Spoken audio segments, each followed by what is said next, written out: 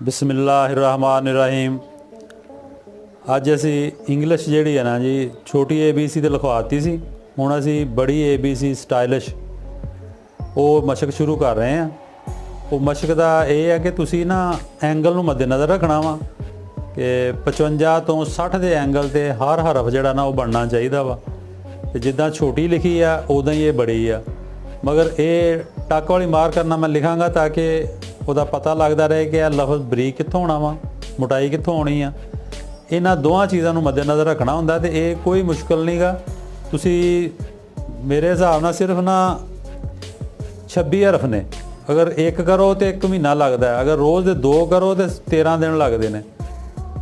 ਮਹੀਨੇ ਡੇਢ ਦੋ ਦੇ ਵਿੱਚ ਇਹ 1 ਇੰਗਲਿਸ਼ ਦੀ ਲਿਖਾਈ ਜਿਹੜੀ ਹੈ ਨਾ ਹੋ ਜਾਂਦੀ ਆ।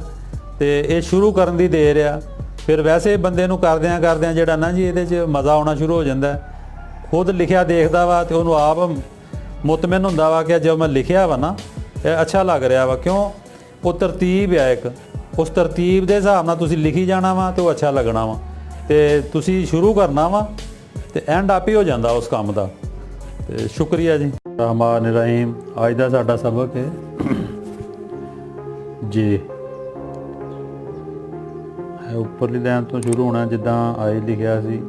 ਸਿਰਫ ਇਹਦਾ ਇਹ ਹੀ ਫਰਕ ਹੈ ਕਿ ਚੌਂ ਲੈਣਾ ਚਾਹੁੰਦਾ ਉਹ ਤਿੰਨਾਂ ਲੈਣਾ ਸੀ।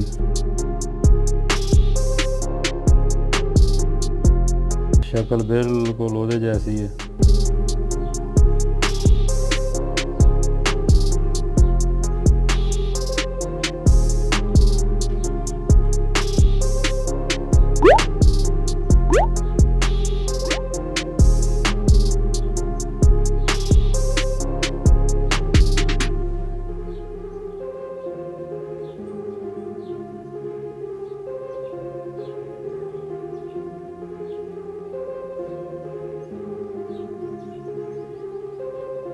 ऐसे जी साडा अज दा सबक जी।